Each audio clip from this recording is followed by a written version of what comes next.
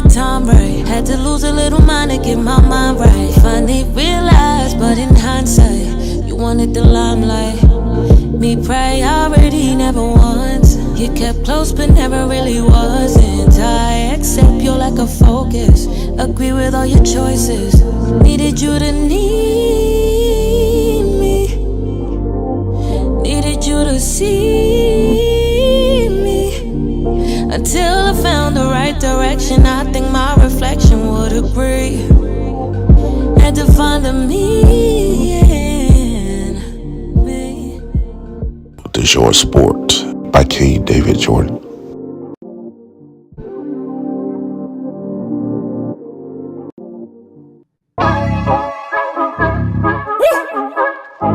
Okay, we took a weekend off. We really took a weekend off, and I came back, you know what I'm saying? Me and Bo took a weekend out, and we had to get some things straight. But we back tonight, and we got a hot show for you tonight. I got some analysts that y'all ain't gonna believe that's on the show tonight, and they're gonna bring some expertise that's gonna blow your mind tonight. It's something y'all been waiting on. Tonight's name of the show is It's On. We're gonna talk about the Lakers. Is the Lakers having issues? I think the Lakers having issues every time the Bronx score and get a milestone, Lakers lose. We're gonna also talk about what's going on with the Falcons. We're gonna also get into the draft, free agency. Oh man, we got a block this show for you, the United States Championships. Yo, it's the King Bo Show. It's King Joe Bo's here. Man, we got some special guests with us tonight. It's going down all the way live. Let's go. You know what it is. It's the KDJ. I'm so excited to be back. I hope you guys are excited to be back. That don't sound like y'all say. I need to there we go. Yeah. I'm so glad y'all excited to be. I hope you guys are glad to be back too. Let's go. But at the end of the day, what I need you to do is do this for me. Show me the list. Let's go. Show me the list. Show me the list. Everybody talk about they the best. Everybody talking about it. How's everybody doing? How's everybody doing? This is how we do it. This is how we do it. I hope everybody's having a great day. I'm having a great day, and I hope you guys are having it also. It's going to be a crazy show tonight. I'm telling y'all. Listen. When y'all see who's all on the show tonight, it's gonna be crazy. I'm telling y'all, it's gonna be a crazy show. Cause you know I got Falcons experts in the show. I got a Lakers apologists on the show tonight. I got everything going on. I got even listen. Even we got Atlanta Hawks fan and expert on the show. So this is gonna be an interesting show tonight. I'm interested to see how it goes tonight. I'm interested to see how we're gonna do this. But as always, I really thank you guys for being a part of the King Bo Show. I am King Jordan, and I'm gonna bring up my host Bo. What's going on, my brother? Hey, what's up, King Jordan? What's up, my friend? Ladies and gentlemen, we've got some good stuff going on tonight. We got a special guest. We got Mr. Benny Jones in the house, and the phone lines are going to be open. Should be a very exciting show. Let's get to it. Let's talk sports, and I would love to have these gentlemen input on their thought processes. All right, so it's time to go ahead and get this stage started. So let's go ahead and get to the first topic, and let's go ahead and get to what we got going on here with guys. And I want to introduce y'all to everybody that listens tonight. It's crazy tonight. I'm telling y'all, it's crazy tonight. So I hope you guys are ready. I got Mr. Benny Jones. What's going on, my brother? What's up, man? Mr. Benny, how you been, man? How your day been? It's been a day. It's been a day. A hump day. It's been a two-hump day.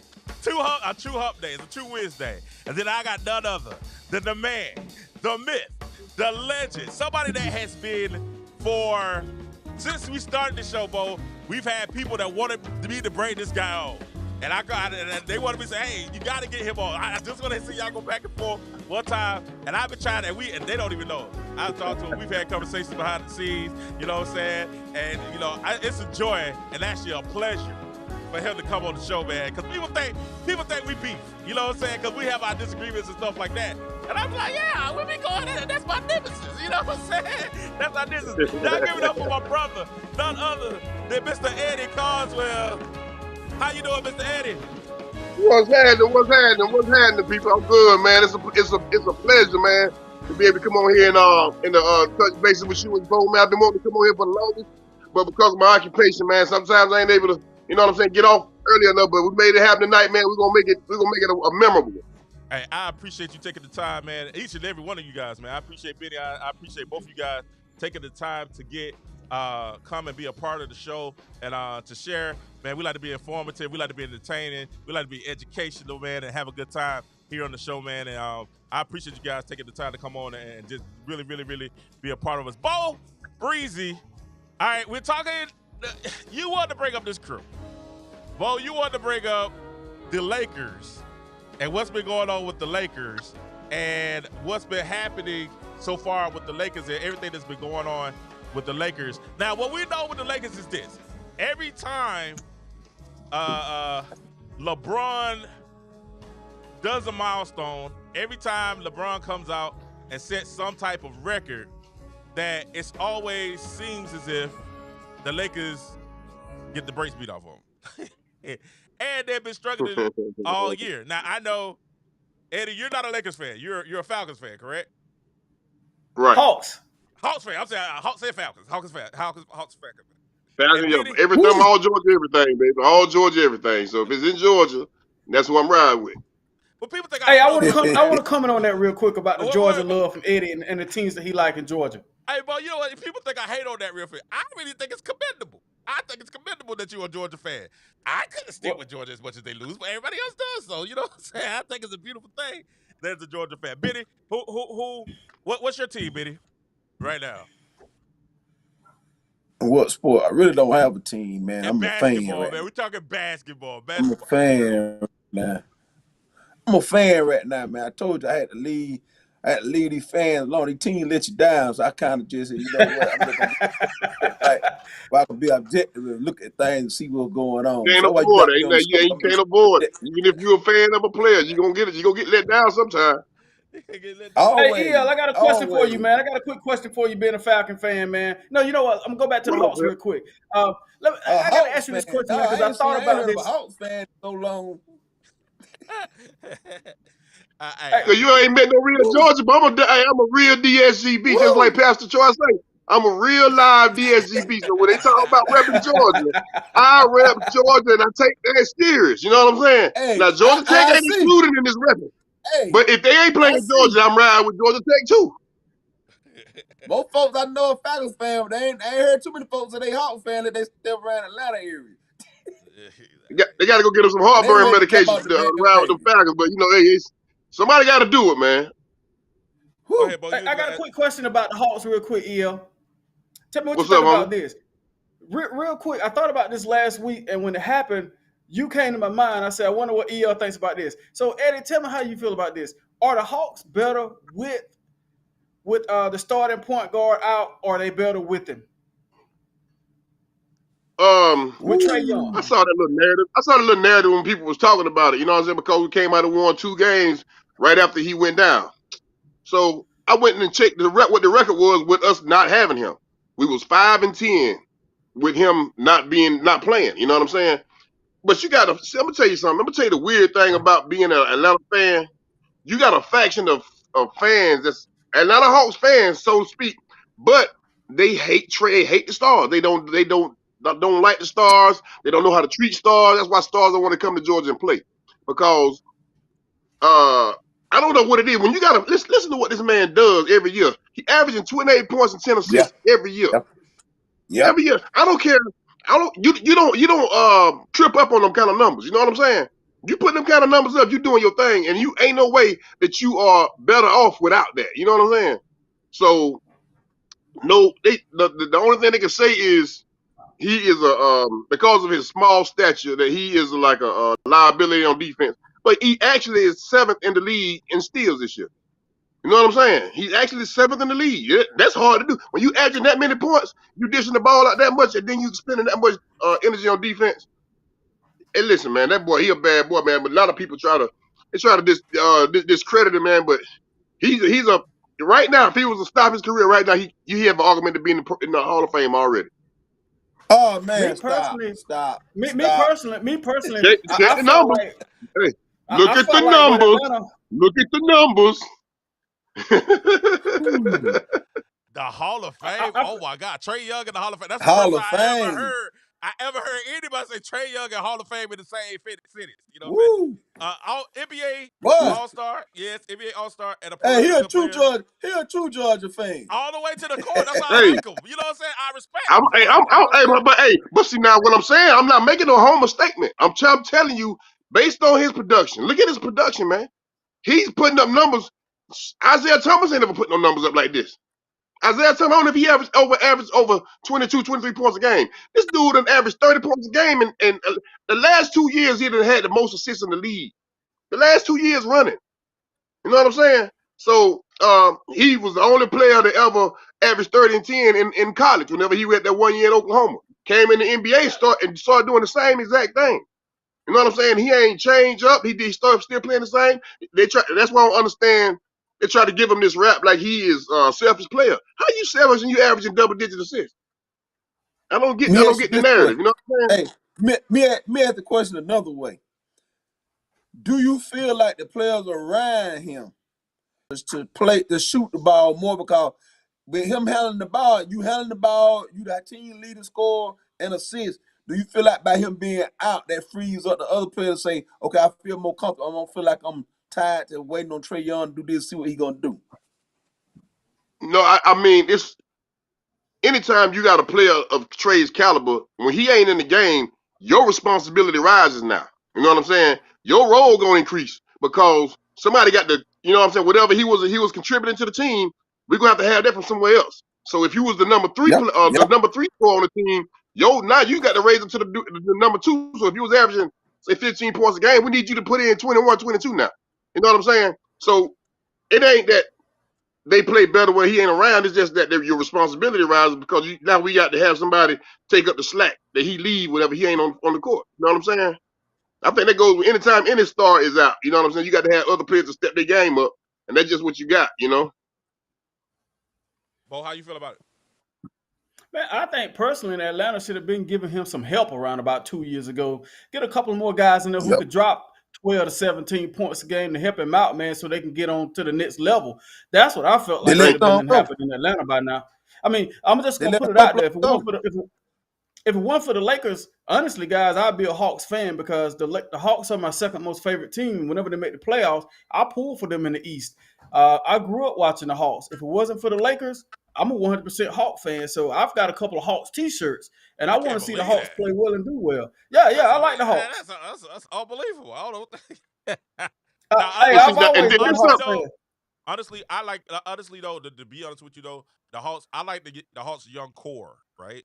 They have players that I like the young core, but I'm like you guys. My issue a lot of times with Georgia teams and with the Falcons, with the Hawks, is not the teams themselves. Is often kind of the issue with my issue with the Cowboys right now. It's the upper management that continues to take advantage of the fan base that deserves more. And when I say that Atlanta Right, fans are great right. people and Georgia fans are great people, they are really good people and they are loyal people, but I don't seem to get the same from the Atlanta Hawks organization, and sometimes I don't Yeah. get the same thing from off the blank and the Falcons organization. It's like Trae Young. Trae Young is a generational talent, right? But you still have to kind of wonder why it's issues with him and the shooting guard. What's your shooting guard name? Why they having beef? Why him and DeJounte Murray. DeJounte Murray are not kind of clicking like everybody thought they would? Eddie, why? Since that's your team, why does it seem to be some type of beef or some type of disagreement between the two of them, and how can they work it out? Do you think they can have a future together, working together? What you got with these two players, man? You got two players that need to have the ball in their hand to be as Yep. efficient as they can be. You know what I'm saying? They both are ball dominant players. You know what I'm saying? And what they try to do, and this is something that I hate that they started trying to do when they first brought Trae Young here and Kevin Herter. It tried to make us go to state light. You know what I'm saying? They trying to make it where Trae gives the ball to DeJounte, let him run the point. You run around like Steph Curry to get open shots, but that ain't his game. You know what I'm saying? He ain't Steph. Steph's the only one that could do that. You know what I'm saying? That's why he is who he is. Because he you know what I'm saying, he done patented that style and that's what he does. But you kind of notice that whenever Trae ain't playing and they or whenever they stagger their minutes, you know what I'm saying? They take Trae out, leave Johnson in, and he moves strictly to point guard. Now he plays totally different because he's a good driver. He's good on the mid range. And Excellent on pick technically and he roll. really is a point guard. You know what I'm Right. I saying? He's was really gonna a say. point guard, and Yep. he's kind of out of position. You Right. know, He's so excellent on the pick and roll. Like excellent on the pick and roll, man. He's really dangerous on yes, that pick yes, and roll. yeah, he'll be a bad boy, man. But so you got it's really what it is. You got one playing out of position. He could do it, but that ain't gonna be his most effective spot. Well, I can't believe we started the show with Atlanta Hawks segment, but we did. but we did. But we did, and it actually is a good segment. Actually entertaining. I appreciate that. Hawks make the playoffs. We're gonna make the play That's a in. good question. That's a good question. They got to tighten up on defense. I looked at the stats. They're the worst team in the NBA, giving up 122 points a game defensively. They got to tighten up somewhere in there. If they don't tighten up this year, they definitely got to get some roster moves next year to have some players in there who can play defense. Because if they can get some defensive players in there, the offense is good. They'll climb the ladder with wins next year, or either this year if they can tighten up on that. How long you think Trae Young stays with the Hawks? I think. Let me tell you something. Hey, what do we expect out of Trae Young when you got teams with players with a roster like James Harden, Russell Westbrook, Paul George, and what the other dude name? The dude that won the championship with Toronto. Kawhi Leonard. Kawhi Leonard. Oh yeah, Kawhi Kawhi Leonard. Leonard. You know what I'm saying? You got four all pros on that team. You know what I'm saying? Then you gonna run Trae. Okay, Trae, we need you to go take down this juggernaut. You know what I'm saying? And then we want you to come back over here and take down. You know what I'm saying? All these teams with all these alls. We got to get that man some help. And he got to be thinking the same thing. He ain't gonna waste his whole career sitting around waiting on just like what King said. We got to get upper management to get off they behind and get this man some help over here. Now you can't force no stars to want to come to Atlanta. You know what I'm saying? You can't force them. You can't force them to want to come here. Well, I but think we can do something. Atlanta's a good place to live. So I don't think I go back to what you said. What everybody said. I think They don't want to come live where they side pieces at. They side pieces in Atlanta. They can't come over here and live. They got to keep their wife over where they at and go visit Atlanta and leave. They got to visit Atlanta and leave. You know what I'm saying? That's what they call it, hot Atlanta. If real talk, that's the narrative though. For real. I think at the end of the day, I think Atlanta has a chance to make the play in. As far as them with Trae Young, I think he's out for the rest of the season. If I'm not mistaken, he's out for the rest of the season. No, they're evaluating him.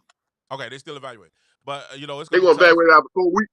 But when you look at it, he got 4 weeks, but he got to ramp back up when he get back. It's gonna take him 2 weeks to get in shape. Yeah. So he might well wait till the playoffs for real. Yeah, I think it's gonna be tough for him to get, but you never know. And I will say this though, other than Milwaukee and possibly Boston, I think it's wide open over there in the East. So if they could still make some noise. To be honest with you, you know what I'm saying, they can kind of figure out, get something together.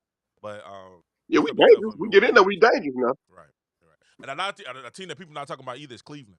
I think Cleveland is, and New York too. So I don't know. That's a tough. The East is tough. The East is kind of tough. I forgot about New York. I forgot about New York and Cleveland too. So it's a tough. All of them hurt right now. All of them teams hurt. Everybody getting one of them. Trying to get help. Right. So Cleveland came back and shook Boston got Cleveland last night. Matter of fact. Yeah, okay. So they play Cleveland tonight. What you said, Bo?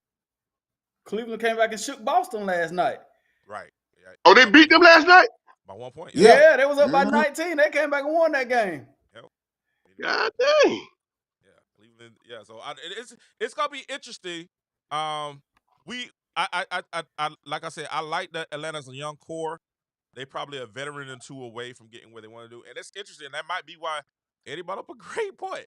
They might not want to go. A lot of players might not want to go with a side piece like a Hot Atlanta is Hot Atlanta. You know what I'm saying? Well, you got to remember. I think it's the mentality in Georgia. Let's just be real. You don't have the mentality.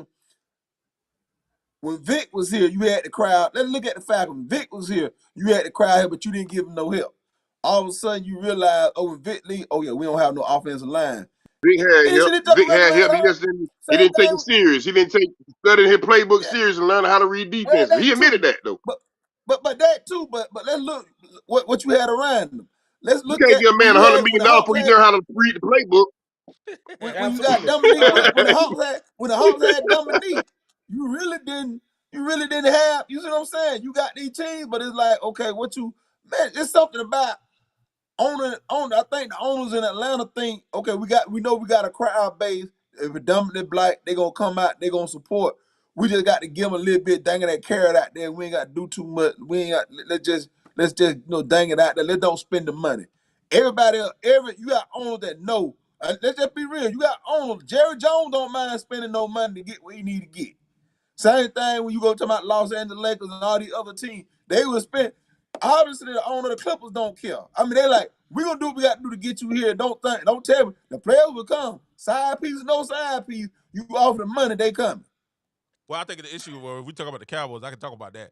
The issue with Jerry Jones isn't that he can't get the players. It's Jerry Jones. It's Jerry Jones won't get the coach. You know what I'm saying? Jerry Jones needs to get the No, coach. it's Jerry Jones. Get the coach. Let the coach do He his needs thing. somebody he can dominate. Right. Yeah. I'm gonna take Jerry a Jones. I'm gonna take a look at from a high level. When you take a look at from these teams versus these players not coming there and they're marketable players, at the end of the day, it's all about the front office. You have some top tier players, they look at the front office and right off the bat they turn around and say, no, I'm not going there. Because the front office don't treat you right and the front office is not trying to support you to bring in the good basketball players to be very good off in the playoffs. At the end of the day, when you take a look at the Hawks front office, they're known for not bringing in 2-3 stars. They're not going to go nowhere near the salary cap. You're not going to see somebody getting paid $47 million and somebody getting paid $40 million like the Lakers. So people know that the Hawks don't want to pay, and a lot of players defer from that. Now, if they start dishing out the money, at the end of the day, then the players will come there. Then there's a strong chance they may win. But as long as, like Benny said, they're dangling that carrot, the seats are getting filled, people are buying popcorn, sodas, T-shirts, what have you, the marketing and making the money. As long as they're making a profit, you got a lot of teams. Actually, you got 75% of sports teams out there like that. It ain't just a Hawks thing. It's major three sports, NBA, NFL, Major League Baseball. 75% of those teams are like that. But at the end of the day, if you really want to win, spend the money, the players will come. Trust me, Atlanta is a low-cost living, cost-efficient place. People will get there, but ownership don't want to pay for the Hawks. Well, let's do this. That's the problem. Let's go ahead and transition. Let's transition. Since we're in Atlanta, let's stay in Atlanta. We talked about the Falcons and what the Falcons need to do. Now, the Falcons have a huge issue and a huge situation going on, and a decision that they have to make along with their team when you're talking about what they should do with their QB position. Now, we heard Raheem Morrison come up this week and say, hey, I wouldn't be here if the quarterbacks had played well. So it seems like he's kind of pointing the blame, and Bo, you talked about this a little bit, at the position of the quarterback. What should the Falcons do about the quarterback position, and what should you see the Falcons doing in the draft? Bo, I'll let you start off. Go ahead. Me personally, I think they got three choices. I think they could either get Justin Fields, the home product, marketable, a fan favorite. Justin Fields is a good player, but he can be a great player. He has to come in and learn the offense and be a little bit more sufficient than he was in Chicago. But Chicago wasn't all Justin Fields' fault. If you take in head coaches and offensive coordinators, he had 5 of those within a matter of 3 years, and that's not good for any young quarterback, no matter how good you are.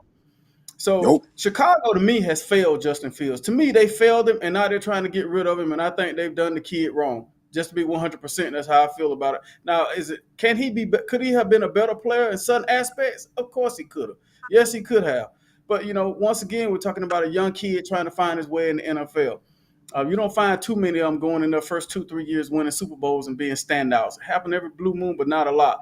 Now, moving forward, you could take a look at Kirk Cousins. Kirk Cousins is out there. I don't know what Terry Fontenot will want to do. He may look at it and say, hey, I don't want to take a chance. Let's get Kirk Cousins. He's a vet. We got a young team. He could lead a young team and probably make the playoffs. If you look at the Atlanta Falcons, ladies and gentlemen, guys, last year they were 7-10. Atlanta Falcons lost 5 games by 15 points. They were right there. I mean, you turn the reversal on those 5 games, and all of a sudden they're 12-5. They're in the playoffs, number 1 seed more than likely, and winning the division. So they were right there. They just need that little push. So Fontenot could be thinking to get Kirk Cousins to try to push them over the top. Or they can go back and say, hey, Denver's on the hook for $37.5 million. I know the issue with Future and Russell Wilson, but hey, Atlanta could rent Russell Wilson for 1 year for $2.5 million. And last time I checked, Russell Wilson is not a bad quarterback. He's won a Super Bowl. Hey, he actually played pretty decent in Denver last year. With the numbers that he had in Denver last year compared to Atlanta record this year, Atlanta go 12-5 with Russell Wilson. They win those ball games. So there's some decisions to be made in Atlanta from the quarterback position, but those are the 3 options they got. What do you guys think? All right, Benny, what you got? Whew. I think if you the Falcons, you need to. You don't need a quick fix. You don't need so. I know we can sit there talking about. I think Russell Wilson would be a. But first of all, I'm gonna say this: whatever quarterback you get, the biggest mistake that teams make with quarterback, you got to do what your best. You got to put that quarterback in a position to win by playing to their strengths and not come into, oh, this is my system. You got to play in my system. That would hurt. That would hurt Justin Fields in Chicago and would hurt a lot of quarterbacks. Same thing with you talking about bringing in Russell Wilson. Yeah, Russell Wilson will be good, but you already know Russell Wilson and Kirk Cousins. You talking about two quarterbacks that don't have two, their days are limited in the NFL. So you'll be right back here at the drawing board in about 5 years or less talking about, hey, we need to do the same thing. To me, you go out and get Justin Fields and say, hey, we're gonna get him, we're gonna bring him into a good situation. Now, the only question I have about Justin Fields is coming back to Atlanta, coming back to that area, will he be distracted coming home? Because that could play a role. But if Justin Fields comes back, you put him in a good system. Justin Fields will show he could put up the numbers easily in a good system if you play with him with a good system. I would go for because you got a young running back, you got a young tight end core, you got some receivers, you got back what you need defensively. You got back what you need. It's just a matter of you bring a veteran in, and a couple of years, if you don't get to that point, NFC is not a cakewalk. So, it's one of them, bring them in, they don't pan out, then you right back to when you get a young quarterback. And I don't know, to be honest with you, I don't know why Chicago trying to get rid of Justin Fields to bring in what's his name, Caleb Williams, because you will have the same problem.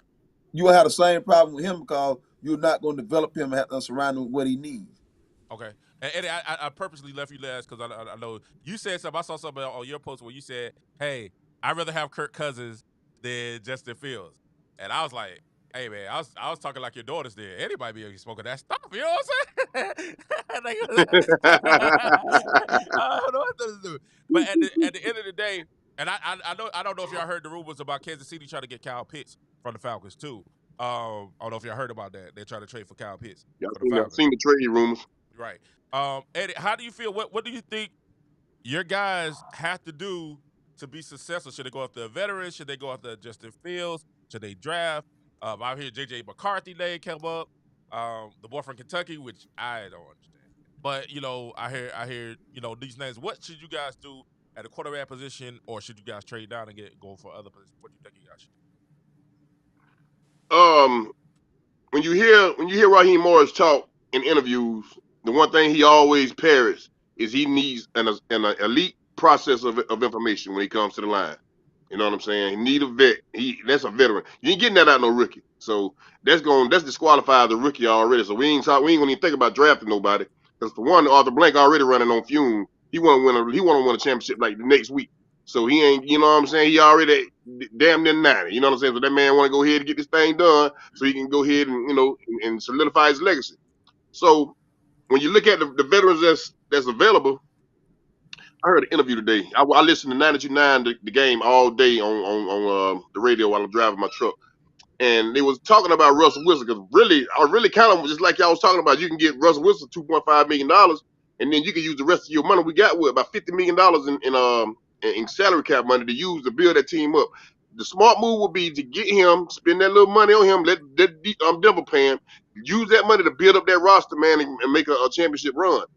But it was a guy came on the radio today from Denver. He's a Denver beat writer, spent a lot of time around that locker room, and he described Russell Wilson as weird. He said every time a player tried to, he said every time a player tried to walk up to Russell, just you're trying to break the ice, get to know the guy, you know what I'm saying, y'all teammates, you're trying to get to know him and speak to him. He said every time the guys said they tried to talk to Russell Wilson, he made every conversation about himself. You know what I'm saying? He turned everything about something about him. And so they, you know what I'm saying, nobody could connect with him on no type of level. So, if you can't bring that kind of energy in the locker room because the kind of type of energy you invite in that locker room is important. You know what I'm saying? I don't think a lot of people understand how important it is and what you introduce into your locker room. It could either be something that builds the team up or something that can be a cancer. So we're going to disqualify Russell with that, even though that'll be the ideal situation. Now, you saw my post the other day, King, about Kirk Cousins and Justin Fields. But I'd kind of switch my stance up on that a little bit. You know what I'm saying? Because the more information I get, the more um the better idea you got of what you're dealing with. And what I looked at was the red zone numbers. They got a post out about the red zone numbers. And Justin Fields is compared to Kirk Cousins, and actually Justin Fields was better in the red zone than what Kirk Cousins was when it comes to accuracy. When it comes to now, he got Cousins got more games, so he got more touchdowns. But shit, Justin Fields got like what last year before the injury, he was eight touchdowns and eight touchdowns and an interception in the red zone. That was our biggest issue with Ritter. Ritter could move the ball up and down between the 20s, but then when he got to the red zone, he started throwing them stupid interceptions. We need somebody that can get the ball in the red zone that can you know what I'm saying, they can put the ball in the end zone when you get there, because we got Kyle Pitts, we got Drake London, we got Bijan Robinson coming out the backfield, Tyler Algier, and we're gonna probably get another big time wide receiver to complement Drake. So if now here recently, the last 20, 30 games of Justin Fields' career, he's looking better. He's trending up. If we can get that guy and get somebody to come in there and coach him up and really get him the way he, along with that running ability he has, he would be the, Yep. because when That's it. he run that football, he's special. You ever seen that boy get outside that pocket? He's special. He a beast. You know what I'm saying? Don't nobody want to touch. Don't nobody want to hit him. It's like Jim Brown out there running when he get out of that pocket. As big as he is and as fast as he run, he a bad boy. That's really the way I'm leaning, because they also was talking about how often Kirk Cousins gets sacked. Kirk Cousins he got like 140 sacks in the last 3-4 years. You know what I'm saying? And now right side And of our hurt. line, the right tackle is like, he sucks on pass pass blocking. He sucks when it comes to that. Every time we play a team with a dominant pass rusher, they put him on that side. They whip him every time. But Justin Fields, we know he can get out and make plays with his feet. So you know what I'm saying? As of right now, I'm kind of leaning towards bringing Justin. We know what that's going to do that's going to energize the fan base, which we need. You know what I'm saying? Do you But think do you think Arthur he, Blank wants him though? Like, do you think Arthur Blank is having Michael Vick remorse? I think he's kind of having survivor's remorse with the Michael Vick situation. What happened with Michael Vick? And I think like what was good for him was having somebody like Matt Ryan, which is a polar opposite of Michael Vick. Do you think that he's open to possibly opening himself back up to the Michael Vick experience again with Justin Fields, which is basically Michael Vick yeah, 2.0? yeah. And let me tell you why. And let me tell you how I know that he's open to inviting them back in, inviting that experience in, because of Deshaun Watson. And I'm trying to get Deshaun Watson a couple of years ago. The same type of player. Yep. You know what I'm saying? Bringing the same kind of energy. Damn, you know what I'm saying? You can. It's a lot of comparables when it comes to them. All three of them. You know what I'm saying? So I feel like he knows where he is located when it comes to his team. He knows there's a majority black place. He understands the impact of having the black fans, you know what I'm saying, involved in the game day experience. And I feel like he understands that. You know what I'm saying? So yeah, I believe that's really what he wants to happen, but he ain't gonna try to micromanage his team and the general manager and the coach. I think Raheem Morris wants Kirk Cousins, and I even heard that Kirk Cousins already had a conversation with Kyle Pitts about getting the number 8. So if that's the case, then you know what I'm saying, it's probably already damn near done deal. But we it's intriguing. We're gonna see what the next week holds. What you got, Bo?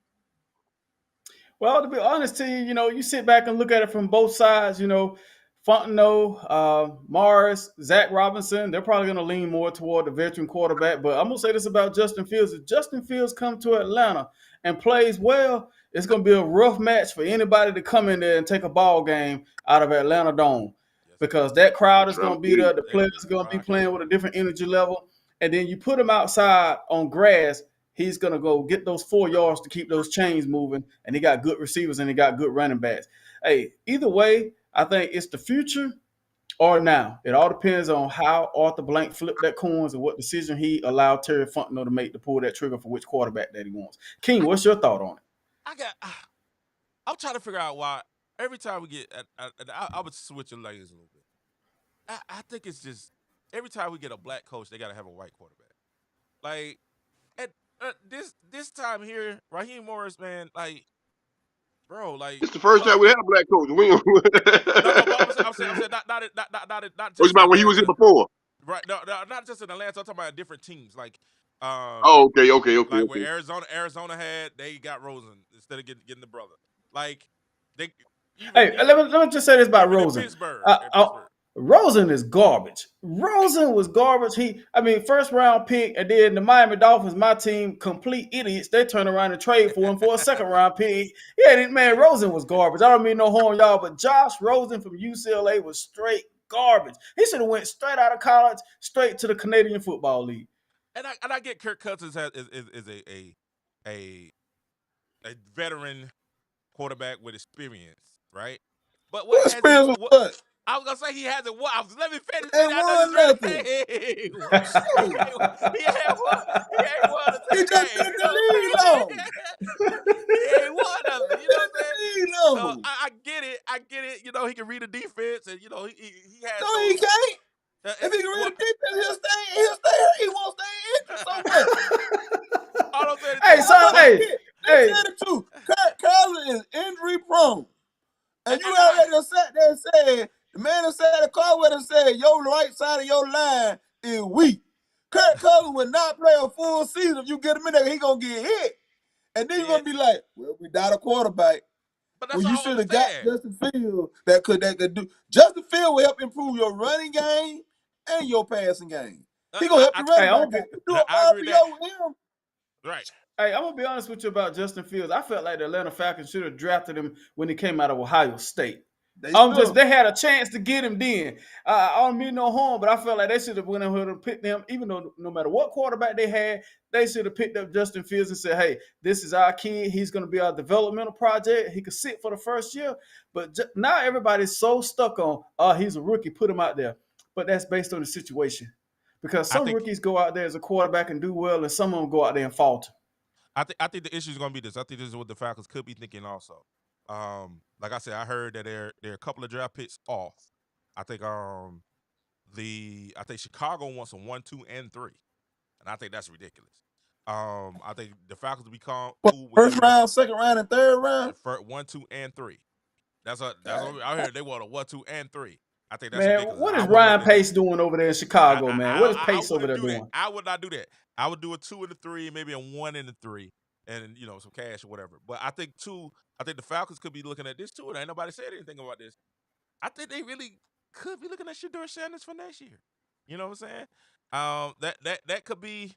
They could say, hey, let's do one more and after that one more, they could be looking for Shedeur for next year, and that's something that we'll have to see what happens as far as what they're gonna do, because it's gonna be interesting to see. Because I'm hearing a lot of different things. I heard JJ McCarthy, and I heard a lot of stuff. I heard that they're close, but they're about to pick away from actually solidifying that deal with for Fields. But at the same time, would you be mad if they say, "Hey, we go"? I would be mad. And would you be mad if they say, I "Hey, won't we give roll"? up that much. That's I rich. would either, right? But would you be mad if we say, "Hey, we hold off and we try to get Shedeur next year"? Depends on what you do this year. Well, you got to add the Falcons thing. I don't care what First they of do. all, will Shedeur be available? Will he be available? That's a great question. Yeah, he's gonna be available. Yeah. Yeah, he'll be available next year. Yeah, he'll be. I think he'll be. I think Shedeur, unless he comes out, and it depends on what he do this season. Shedeur is probably a late first round or early second round. Okay. So unless he comes out and unless he comes out and ball out. If he comes out, he he really have a bad. He done showed he can ball out. He done showed that, but I still think that he's still injury prone. So I think he'll be around for the Falcons. He'll be around no matter where they at. It depends on whether or not they want to roll the dice to take him. But I understand what you're saying too. Do you want to do that? But I think the Falcons fan deserve to win now. We lost Carswell, ain't we? Yeah, I think we lost Carswell. Eddie, call us back. We get Carswell back in a second. But at the end of the day, that's something that we're definitely gonna have to see what happens. We're gonna have to definitely see how this rolls and how it goes. And we're really, really, really, really excited about what it is gonna happen as far as the Falcons and see how they do it. And then we got a lot of Falcons fans I see over here. You guys can call too. Phone lines are open 478-569-6110. 478-569-6110. We're gonna take a quick break. We're gonna come back. We'll take your phone calls, and then we also talk about LeBron James, 40,000 point man. Well, what's going on with the Lakers? What is going on with the Lakers? We'll come right back right after this on the King Bo Show. Let's go. Is it? Hello, this is Reva Green here, owner of the Great Green Store, and I would like for you to tune in to the Unnamed Sports Show with King and Bo every Wednesday.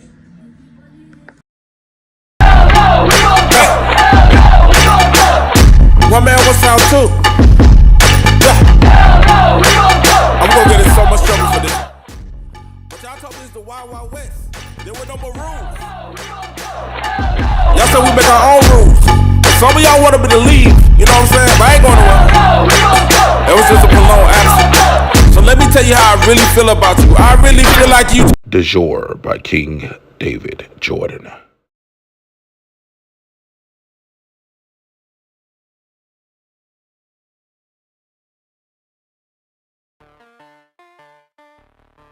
King Joe. All right, welcome back. Back up dance a little bit. Eddie, just back up dance a little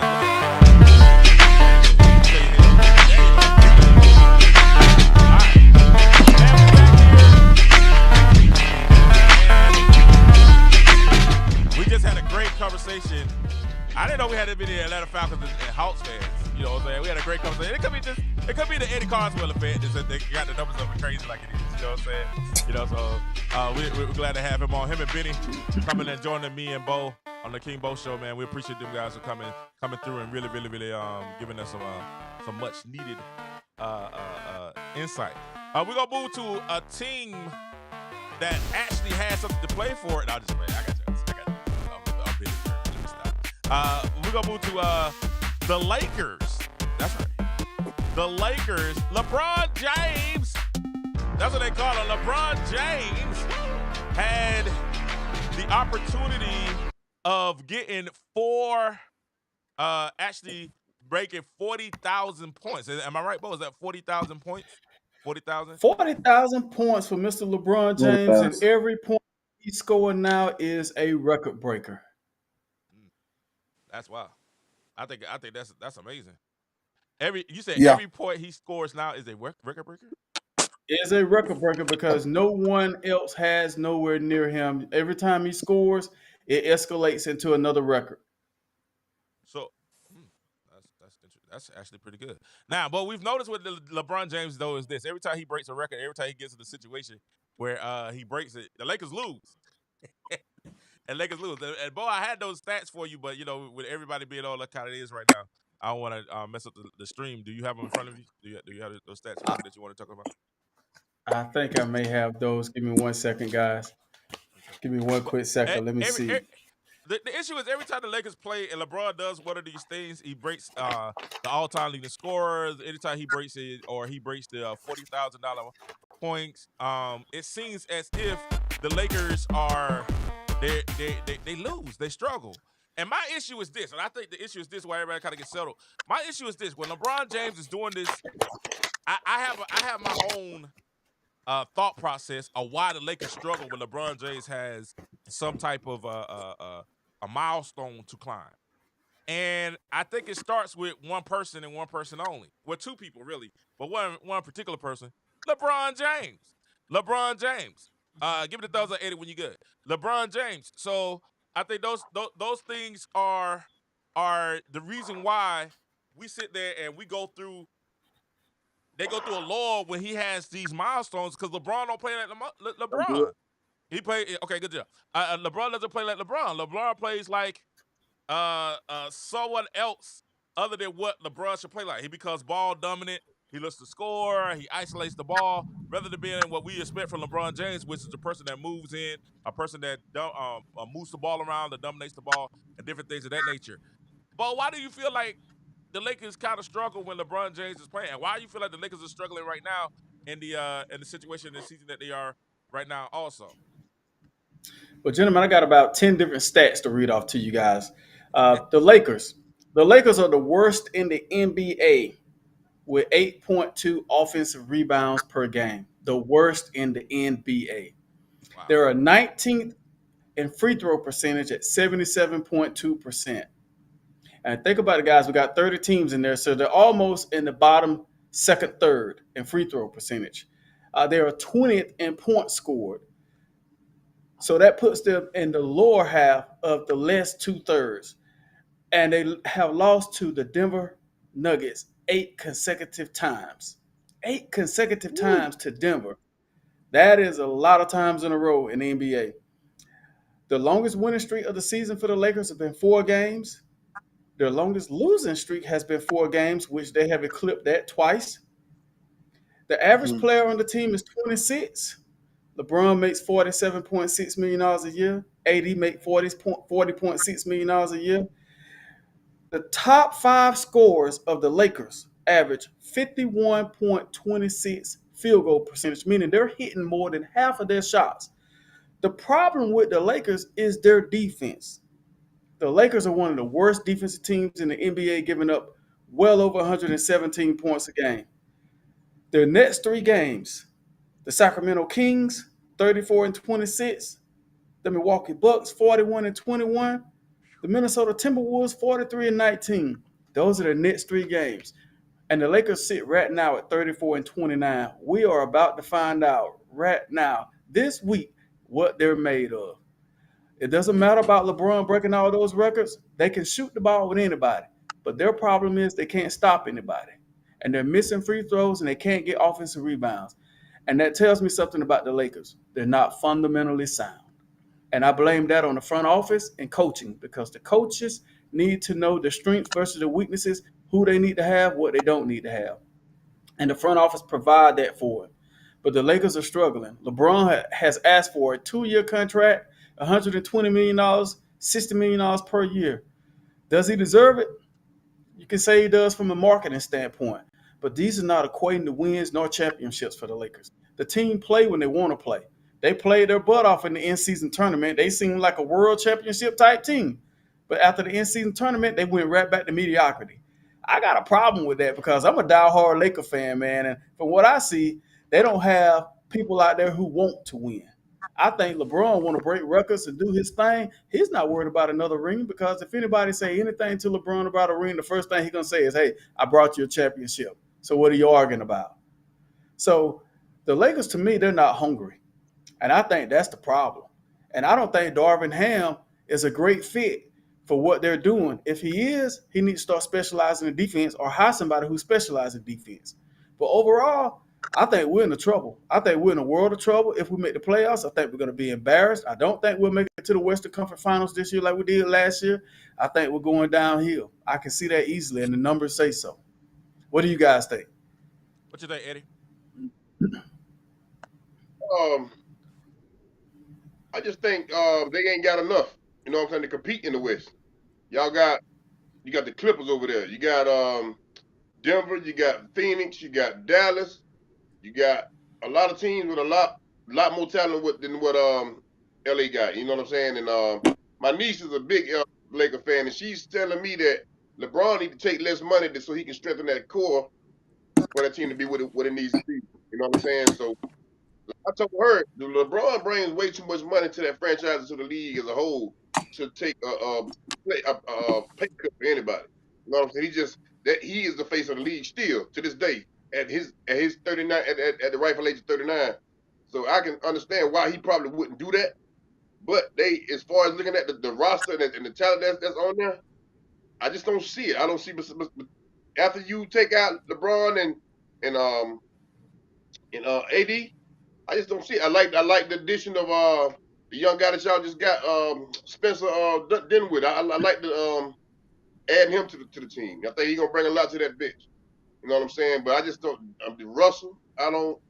He don't give me the type of vibes of player that you gonna win a championship with. You know what I'm saying? Austin Reeves, I feel like he overrated. He had a little year last year, but I feel like he kind of overrated. Tayshaun Prince, I kind of like Prince a little bit, but I just don't feel. I feel like they just got with a lot of average talent around LeBron and AD, man. And it ain't gonna. I don't think he gonna be able to win with that. All right, Biddy, what do you feel? Everybody putting the blame on the wrong person. Okay. Let's be real, man. The person that's not playing at their capability and doing what they supposed to do is AD. When AD was in Minnesota, he was a beast on offense, defense, and getting rebounds. He got to LA, now he's a superstar. He done got that one championship, he's not hungry. We can't blame this on LeBron. LeBron's doing all he can do. When a 39-year-old is leading your team in scoring, and I got a young buck out there that's supposed to be doing all of this. I mean, let's be real. I don't think, and then we got to remember, the Lakers are not fully healthy. They are not fully healthy. But if when AD plays like we know the AD of the old play, look what happened. They unstoppable. I've only seen now, the only person I've seen straight dominate AD when they played against Denver in that Western Conference Final last year. I'm like, God dog AD. but let's just be real. LeBron is doing what LeBron can do with the team that he got. And I think it's not all of the team. When the Lakers went and got AD, you expecting the AD that you had in Minnesota that was giving you a double-double every night on both double-double that was straight flying around the court doing all this, and you don't have it. He did that for 1 year, got a championship, and now he done got his money and he done disappeared. There's no way LeBron should be leading that team in scoring. That should be AD team. When AD decided to show up, they show up. I think they can make a run. Now, me personally, I think they made a mistake when they didn't hire Tyler Lue as their coach. You should have got Tyler Lue as your coach. He the one with LeBron James. He knows how to control LeBron and get the best out of LeBron James. And you messed up when you didn't hire him. You messed up. I mean, but I think they can make a run if they get healthy. They're not fully healthy. They get healthy, and somebody take AD and say, "Hey man, I think LeBron needs to sit AD down and say, look, man, I'm 39 years old. I shouldn't be doing all this right here and doing all. It's your time. This is your time to shine. This is your team. Take it on your back and do what you're supposed to do." All right. How do you feel about it? My thought process is, at the end of the day, we have to make sure that we got to make sure that I think Biddy kind of touched on it a little bit, and I think Bo touched on it a lot too. But the big issue to me is Darvin Ham. Darvin Ham has made some questionable, and y'all know I watch it. I watch the game. If I don't catch the game, I go watch the highlights of the games all the time. And he continuously makes questionable decisions throughout a game that you're looking at saying, what is your motivation for your rotation? I need to write that down. What is the motivation for your rotation, Darvin Ham? I have no idea what he thinks about. The other night, we were playing Denver, and you go down and don't play D'Lo, you don't play your top point guard, your starting point guard, and you have Austin Reeves, who I agree with Eddie. Austin Reeves is a Jeremy Lin copycat to me. Like he's got maybe a little bit better than Jeremy Lin, right? You got Jeremy Lin right here. Austin Reeves is like right here, right? Maybe a little bit higher than Jeremy Lin. But Austin Reeves is like a Jeremy Lin carbon copy to me. He hits a shot. He's actually got better three-pointer this year. I appreciate that. But you had Austin Reeves, who's been a turnover-prone the whole entire season. You got him running the point against Denver, and then you got the guy that's been out all the season coming in and playing the two, and he goes 1 for 3, and we lose because we don't have enough offense at the end of the game. And I think that's the issue that we're having is Darvin Ham.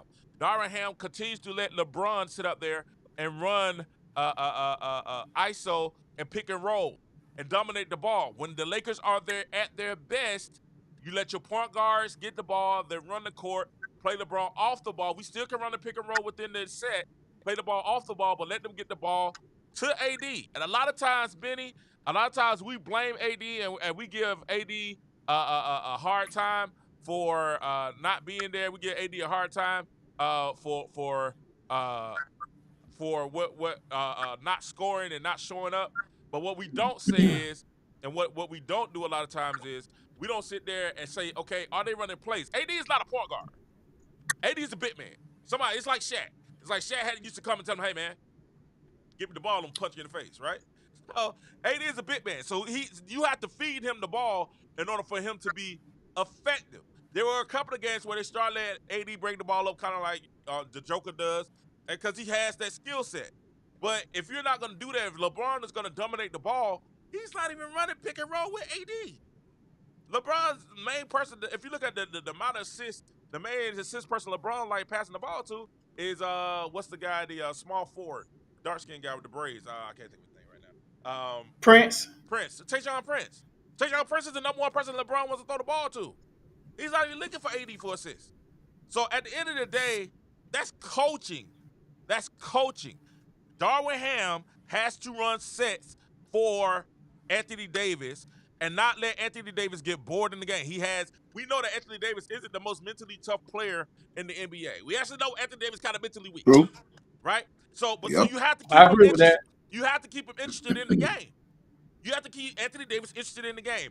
And what happens is LeBron, especially during these times where he's going for these milestones, look at the milestones he's going. He's not going for an assist milestone. He's going for scoring milestones. So LeBron is being ball dominant, running the ball, and not they're sitting there watching him and not running plays. And what ends up happening? We end up getting outscored, we end up getting beat, and we end up getting playing. The ball should run, and I hate to say it, I've been saying it all year, and he said it too, when the Lakers went on their best stretch run of the year so far, and they're still playing well. When they went their best stretch run of the year so far, the ball ran through D'Angelo Russell. I know y'all think I'm crazy, but the reason why it ran so well was because D'Angelo Russell and AD in the pick and roll is amazing because you can't sag off of him because D can shoot the three. You can't play off of AD because AD can shoot perimeter. Or if you get in the pick and roll, you get into that mid. That's D'Angelo's spot too. He's deadly from the mid range, or he's real smooth to get you. He's gonna make the right decision with the basketball. LeBron James, hey, know when to take over, be the veteran that you are, save yourself, and then do the things that you're doing. He's shooting better, the best he's shot out of his whole career from 3-point range, which is that. And it's amazing what he's doing in year 20? This is what, 2021? Year 20. It's amazing what he's doing. But hey, if I was him, I would try to pull back a little bit, let these younger guys get some experience. Darwin Ham, let these younger guys, let D'Angelo, let Austin Reeves, I can't believe it. Austin Reeves, and let these younger guys get in there. And I tell you another guy like Christie. Christie didn't even get in the game, the Yeah. DNP against Denver, and he's one of your best on ball. He's your best 3-and-D guy right now. So, That was surprising that they didn't play him. right, they didn't even play Christie. He's your best D3 guy. So I think that's Darwin Ham, and I guess he's trying to figure it out before the playoffs. But man, we trying to get that six. We trying to get that six. Figure it out. I mean, we only got like 20 games left before the playoffs, so he should know what he's working with by now as far as strengths and weaknesses on his roster as a coach. They don't play over 60 games. Well, my only issue is this. My issue is, I think injuries. Injuries has been an issue, and they haven't been Yeah. totally healthy all year. And they're starting to get some of the players back that they didn't have Yeah. at the beginning of the year. So he's now having. They got Woods back. They got what's the small forward? Cam Reddish back. They got Reddish back. Who got those minutes at the end of the game instead of Christie or D'Lo. Cam Reddish got those minutes. So you got Cam Reddish back. You got these guys are starting to come back, and I tell you who's playing really, really well. The backup center for the Lakers, Jackson. That's Jackson. That's his name, Jackson. Jackson. He's playing well also for the Lakers also. So I think Darwin Ham has to figure it out. The biggest issue is Darwin Ham. If Darwin Ham figures it out and is able to stand up to LeBron James and say, LeBron, listen, we're gonna get you, especially in the clutch and the end of the game. It's your game, right? If we get down or if we get behind, you want to take over the game, take over the game. But what I need you to do is kind of like how they did Michael and Phil Jackson did Michael. They had to put structure around Michael Jordan before they can win the championship. And he had said, hey, man, you got to get the red. We know you can score anytime, but for the first 5 plays, we're running the full Cartwright. You know what I'm saying? We're trying to get Cartwright to get some points down. And then we know at the end of the game, and we know we can go to and get that shot at the end of the game. But right now, we need to get everybody else involved. That's what LeBron has to do. He has to go and take a page out of Michael Jordan's book. Get everybody There's together for this game. two things that Mr. Ham has to focus on that I see from my standpoint. Two things. Number one, he has to really figure out his rotation because he has a deep rotation. He has to figure that one out. Number two, he has to figure out another way on how to play better defense. The Lakers can shoot the ball with anybody in the NBA, but the Lakers are not stopping anybody. In order to win a championship, they're gonna have to start playing better defense and have good rotation out there with defensive players mixed in with the older guys such as LeBron and AD versus the younger guys. So the rotation, he has to figure that out, and he must figure out some type of way how to format some type of better defensive scheme and to get the guys to buy into playing better defense. Other than that, we're just going to be selling tickets and filling the seats up again. Benny, what you feel? Yeah, y'all done hit on everything. He has that rotation. I think he's maybe, to answer your question, he probably looking at. I know I can't read his mind or speak for him, but he probably trying to figure out. Raiders just got back. Let's see what he could do in these situations. Get him acclimated to it, because we may need him down the stretch. But he gonna have to figure it out. I mean, like I said, they've been hurt. When you've been hurt, it's hard when you don't have your players there. And then, even we look at AD and LeBron been there about all year, but you still missing those key pieces, that other pieces that you got that you need. So I mean, I don't want to see them. I think it'd be very hard for them if they get into the play-in tournament. I think and I know that's probably what they're looking at, but they, to me, they need to get on the run and avoid the play-in tournament, because that play-in tournament gonna be hard. Yeah, if they get in, they're probably gonna see Golden State or one of those guys, one of those teams like that play in. That's gonna be tough. That's gonna be tough. Any last words on this one, Bo? Yeah, my thing with the Lakers is, we got to improve, and the only way is up is to make it to the finals. If we don't make it to the finals, then we're either going to be stagnant to where we were last year, or either we're going to decline and go worse and do worse than what we did. It's going to be interesting to see, because LeBron is asking for 2 years, $120 million after this year, and the playoffs are going to mean a lot with him and that money playing for the Lakers. And if he don't get that money, then there's a strong chance that LeBron could actually go somewhere else. So this is going to be interesting with this year ending in LA and where they wind up in the playoffs and how far they go. All right. So that's the Lakers, man. Got it going on. Should be interesting to see what happens with them the rest of this year. We keep abreast on that. We're gonna end it with we got another topic. Let's go straight into the next topic here. We sit here and we saw and we'll go back to the NFL real quick, if we can go back to the NFL real quick with this next topic. We talked about the Falcons and what they need to do. Another team that has something that they have to kind of figure out is none other than the Dallas Cowboys, Benny's favorite team. Let's go! Hey Benny, hey Benny, hey Benny, can you hear Yeah, me? Hey yeah, man, I yeah. got a question for you. Hey Ben, I got a question for you. Why do we always talk about the Cowboys every week? because Hey man, I'm gonna tell you, I'm gonna tell you something, man. The one good thing that Jerry Jones has done for the Dallas Cowboys, he keep them relevant 365 days a year. They say that they say the Cowboys right now, because I give them this. The Cowboys right now are the highest. We go talk about for us team wide, that's what they call it, that you talk about yeah. selling. They the highest one out of all sports, because he don't find a way to keep them relevant. Everybody, why are we talking about the Cowboys? Who Wait a minute cares now. about whether or not they signed Dak? We Wait. already, I'm Hey better. King. Tyron Smith should have been retired. He's old. Hey King. Hey Yeah. King.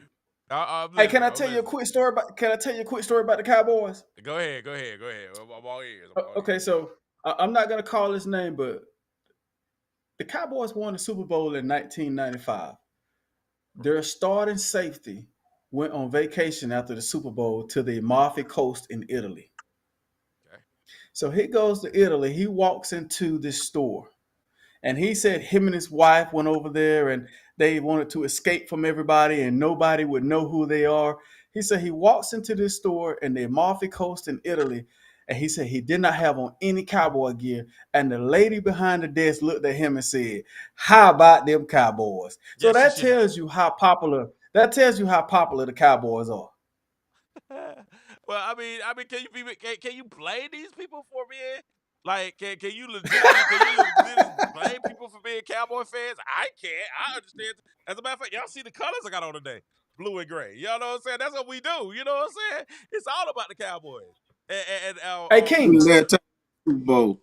hey uh, King, yes, I want to do an interview session with you real quick about the Cowboys. So let's go. I want to flip. I want to flip the strip a little bit. I want to ask you questions about the Cowboys and tell me how you think. Okay, let's get it. Let's get it. Let's get it. Let's get it. Let's get it. All Hey right. Benny, I'm gonna need you too, Benny. So Benny, I'm gonna need you right here too now. So all right, so King, let me ask you this question about the Cowboys. Okay. Do you think they're gonna re-sign Dak, and how does that affect the situation with Tyron Smith? Do I think the Cowboys is going to re-sign that? Yes. How does it affect the thing with Tyron Smith? I've been telling y'all from the beginning. It's not really the Tyron Smith. What they expected for Tyron Smith to do was take a pay cut, right? The issue is this. This is the thing. The issue isn't Tyron Smith, and I've been telling people this all the time. It's not the left tackle. It's the right tackle. It's Steele. Steele is counting against $15 million against the salary cap this year. They need to get from under that contract. He's the weaker player. He's not that. Now, I understand what they're saying because Steele is younger than Tyron Smith, and they have the other Smith in the inside that's in guard, but his natural position is actually left tackle. He can play left tackle too, and he's I think he's a Pro Bowler this year. So at the end of the year, I see what Jerry Dim is saying by saying, "Hey, Tyron Smith has been injury prone. He hasn't played in a lot of his games in the last 4 or 5 seasons. He's been hurt. He hadn't played in a lot of his games. And then we have a younger player that we moved into the inside to guard that we can move to the outside, and then we maybe can just get a guard that we could be all right." I see what they're saying in that situation, but with that, Steele is the one that they have to get from under the monstrosity of the contract. Dak, the issue with Dak is the dead cap and the salary cap counting against the salary cap. But the big issue with that is if they don't extend that, Dak is a free agent next year. You know what I'm saying? So the big issue with Dak is this is the last year of his contract. So it's either we extend him or he's a free agent. So I think that's the big issue with the Cowboys. That's why the Dak situation is a little bit more complicated because of that. I think Tyron Smith, I would love for them to keep him, but we'll see what happens when, if it happens. I would love for him to keep him, but he's already said he didn't want to take a hometown discount. So, he doesn't want to take the hometown discount, and I understand that. He may not. He's an older player. He's been injury prone. He may not get another big payday again. So, he got to cash in now, and if he hits that free agent market, it's gonna be teams out there ready to go. They're gonna get him. They're gonna go for him. So, I think keeping Dak, it's kind of two opposite situations, but I can see why they'll probably keep that and do that situation. I think Jerry Jones actually believe that can bring him a Super Bowl. King, I got one more question for you. Benny, how do you feel about that? I'm trying to figure out why we're talking about this. Because this Cowboys is the Cowboy Nation. The Cowboys are not the only Nation, ones got baby. to sign a Cowboy quarterback. Nation. They're not the only one in this situation. They're not the only one trying to do all of this. Why are the Cowboys the main topic? Dak ain't the only quarterback got to get re-signed this year. It's Cowboy Nation. Real. It's Cowboy Nation. When we said the listen, Benny, when we said the Cowboys, the numbers went up. You know what I'm saying? The numbers went up. I'm just telling you, when we said the Cowboys, the numbers went up. It's Cowboy Nation. You said that. You said that about the Georgia fans. I was shocked. Which one is it now? I was shocked about the Georgia. I think that had to do more with Eddie Carswell than the Georgia fans. You know what I'm saying? I think they had the official spokesperson on the show. They had Eddie on here. There's the official Georgia, so they were gonna come support Eddie. But I think at the end of the day, I was shocked. I have to say I was shocked because the most interesting thing in the NFL every year is the Cowboys. No, it's not. The most interesting thing. According to Jerry Jones. According to the nation. I'm gonna be honest with you. I wonder, and I'm gonna be honest, I really wonder do Stephen A. Smith, because as much as he talk about it, I think he really liked the Cowboys. He does. I Benny, think you he don't. do too. Because he helped keep it relevant. Benny, you like the You Cowboys helped too. keep it relevant. Benny, you a Cowboy fan. You a Cowboy fan too. You a Cowboy fan too. Tell me you wasn't an Emmett Irvin Aikman. Tell me you wasn't an Emmett Irvin fan. Tell me now. Tell the people. The people want to know the truth. Were you not a Cowboy fan? Okay, thank you. All right, so you understand why people love the Cowboys. So you understand why people love the Cowboys. But I also had to jump out of the bandwagon. Man, come on, man. Jerry Jones is we talking about these Falcons. Jerry Jones is the same way. Jerry Jones ain't really interested. If Jerry Jones really interested in winning a Super Bowl, you could have been won a Super Bowl. I think he is. I think that Super Bowl. Benny, I think he is interested in winning the Super Bowl, but I think Jerry Jones wants to win the Super Bowl his way. When the first 3 Super Bowls, when the Cowboys won the first 3 Super Bowls, who got the brunt of that? Who got the brunt of the accusations from them? The one who deserved it, Jimmy Johnson. Right, and I think Jerry Jones has said, "Hey man, I cut the checks. I'm the boss man. Any CEO, guess what? If the Joe goes, the Joe How says that a worked million for you things, for I the don't want last? you giving it How to that work somebody for else. I want to take it from How them. that work for the Cowboys the last 20-something plus years, 30 All right, years, almost 30 years? We have one. How have that worked for them? We have one of the How most. has that worked for We you? have not won a Super Bowl, but listen, we have one of the highest That's winning. why I said, that's why I had to leave him alone. Okay, but listen, we have one of the highest winning percentages of any team in the NFL within that time frame. That y'all just don't want to. Y'all don't want to listen to that. We're 12. The last 4 years, 12-5, man. Yeah, y'all. I think this is why I get upset with people that diss the Cowboys so much. Because you guys will sit there and I'm looking at the ring. You guys sit there, championship. You guys will sit there and diss the Cowboys, but be like, hey, I like the Falcons. You know what I'm saying? Or y'all diss the Cowboys and be like, hey, I like Minnesota. Or hey, I like Detroit. I like to see, y'all are root for them. And it's just a hatred that you guys have for the Cowboys and the greatness of the thing. And y'all can't stand the fact that even if they don't win, they're still super duper relevant. The Super Bowl, the Cowboys have talked about more about the Super Bowl than Kansas City and San Francisco. Why? Because they're the Cowboys. They're America's team. And people hate the fact that they're American. You have people that hate the fact that any team is successful, any team is the top of echelons, and that's what the Cowboy Nation is. We're the top team, top echelons, and top program in the NFL, regardless if y'all like it or not. I'm glad we went there. When the last time they won the NFC Championship? It's been a while. So you ain't even relevant in your own conference. When the last time you won the NFC conference? I'm talking about relevancy. When was the last time the Cowboys went to the Super Bowl? Let's forget about winning. When was the last time they went to the Super Bowl? The last time we went, we won. 1995. Right, and we won. But I'm saying, like I said, when was the last time that you went to the Super Bowl? When's the last time? When was the last time you went to the NFC Conference Championship? When the last time Chicago Bulls won the championship? When was the last time you went to the NFC Conference Championship? Hey.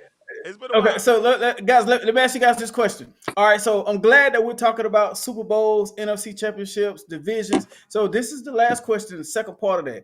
King, based on the Cowboys, the way how they lost to Green Bay in the playoffs last year, and what they got upcoming number 21 draft, their draft pick this year. What they draft, 21 or 24? We draft 21, I think. 21, ain't it? Yeah, I think 21. Yeah. So what do you think from your thought process? How do you feel? What do they need to bring in to get over the hump to get back to the Super Bowl? What do they need based on position group? What are their weaknesses that they need to get stronger to get back to the Super Bowl? Well, I'm glad you asked that, Bo. I'm see what you gonna say. I'm ready to see what you gonna say. I'm gonna tell you what I if I was the Cowboys, this is what I would do. Right? If you looked at what Seattle just did, Seattle just Hey, King, I gotta stop you for a minute. And look how Benny looking at you. All right, wait, let me get it out. All right, listen. If I was the Cowboys, I would do this. If you looked at what Seattle did. Seattle went and in free agency. Seattle just released 2 Pro Bowl safeties. Right, I get one of those Pro Bowl safeties. I sign one of them as a free agency. I also go into free agency and I get a D lineman. We need a D tackle. We need something that can stop the run up for us. And of course, our second level is our linebacker core. We need some speed and beef in that linebacker core. So what I would do is, if I'm Jerry Jones, I'm looking for a linebacker, either in free agency, or I'm looking to draft a linebacker to go along. I'm looking to get a defensive tackle to stop the run because we could not stop the run this year. I think our secondary is okay. But I think I would possibly get that safety also. But I would do that. Now, as far as offensively, um, I like Worth. And they say he's going second round. I still think even though we have CeeDee Lamb, even though we have a decent receiving core, we're probably going to lose Michael Gallup. I would go out and I'll get a wide receiver because the wide receiver core is deep this year. I would find a wide receiver to go on the other side of CeeDee Lamb or possibly get one off of free agency. But my first draft pick, because of Tyron, possibly losing Tyron Smith, they're probably going to get the tackle. I think they was looking at the tackle from I forgot. I Who want to say got a time? they was looking for a right tackle for I want to say Ole Miss. They were looking at the right tackle for Ole Miss, I think, if I'm not mistaken. But they were looking at the right tackle, so I'm with them going offensive line first pick. I'm cool with them going offensive line because we need that. And I think free agency we gotta get a running back. We gotta get a running back. But the running back, and we had talked about how deep the running back free agency is this year with Saquon Barkley, with the guy from the Raiders, with you just found out the Bills are releasing their running back also. They are pro running back. So it's these guys, they gotta get a running back. And I got a draft. Y'all know if y'all know me from last year, then we got callers calling in. If y'all know me from last year, I got a draft pick. Y'all know I wanted the Cowboys to get Devon Achane. That's a key one. I wanted to get Devon Achane last year. We didn't do that. I thought we should have got him, but we're gonna need a running back that can. If we keep Pollard, we need somebody to play alongside Michael Pollard also. I mean Tony Pollard also. So we go. What you think about it, Bo? I think it's a good formula that they can put together because, once again, the offensive line, they're going to have to replace Smith, and they need beef at linebackers, a veteran and a younger guy, possibly another guy in the cornerback position because they're starting cornerback Diggs to an ACL to see how he comes back healthy from that, whether or not if he's going to be 100%. And not just that, I think that they really got to shorten the offensive line because Vic Fangio is going over there to be the Philadelphia Eagles defense coordinator for Miami, and he's a sack artist. I mean, he's a mastermind as a defensive team to put together a defensive line to get to the quarterback. So the Cowboys have really got to strengthen up their offensive line against him as the Eagles defensive coordinator next year. He's going to bring a difference to Philadelphia, and that's going to be a tough goal for the Cowboys if the offensive line can't match up against an interconference team like the Eagles. But overall, though, man, I think it's the enigma. I think it's something with Dallas where, it's not to the point that they're going on the road losing playoff games. They're losing playoff games at home, and they're not even close. So there's something else within the structure of the Cowboys that's causing them not to get over the hump. I don't know exactly what it is, but I wouldn't be surprised if it has something to do with the culture of the football team. Now listen, Hey, what do you think about it? Biddy, I'm gonna hold you off real quick, Biddy. We got a call on the line. Caller, are you there? Yeah. Caller, who am I speaking to right now? Antonio, you know who it is. What's up, Antonio? How you doing? What's up, Tonyo? Tonyo, we talking about the Man, boys. Y'all need a quarterback, man. We need a quarterback. That's what Uh-oh. Zach ain't gonna get you there, man. I'm telling you, he's just like Romo. He ain't gonna get you there now. Listen, I'm with it. I think we have we can do one more year with that. Give the young man that we have behind that, Trey Lance, another year of development, and then he'll be ready to go after this year. And I think that's something that we can think about is the fact that we still do have Trey Lance under contract for the next year. So I think something we don't have to necessarily be in a hurry to make a decision because we already got a young top pick quarterback behind our starting quarterback, Dak Prescott. So we already got the future. If we want to keep him, we already have a high pick. He said we better use him. Say that again, Antonio. You better use him, man. And then I don't agree with Bo. I'm gonna get on your team a little bit. Go, Antonio. I don't understand why they got. I don't know why they got rid of Tua, man. What's up with that, Bo? Got rid of who? Tua. Y'all quarterback. Miami got rid of Tua. Hold on, I ain't see that. This must be breaking news. When they got rid of Tua? They did. They got rid of. They parted way with him. The season was over. Just like Tampa Bay got rid of what is it? the quarterback, they got rid of him too. All right, they haven't got rid of him now. They're negotiating the contract with Tua. They're actually negotiating with him now to see if he could if they could extend his deal with Tua. Now, I have heard some people say, Antonio, that they should get rid of Tua, and I think they should. And I'm gonna tell you who. I'm gonna tell you who Miami should draft. Who you think Miami should draft? Benny? Anybody know? They should draft? Who they should draft? They should draft a quarterback in the second or third round. People talking about boy out of Washington. Huh? Pence. No. Pence. Nope. They need somebody. What's the issue with Tua? Man, look. He can't run. Do you really want me to get into detail about Tua? I can tell you what's the a million issue, things bro? about Tua. He come from Alabama.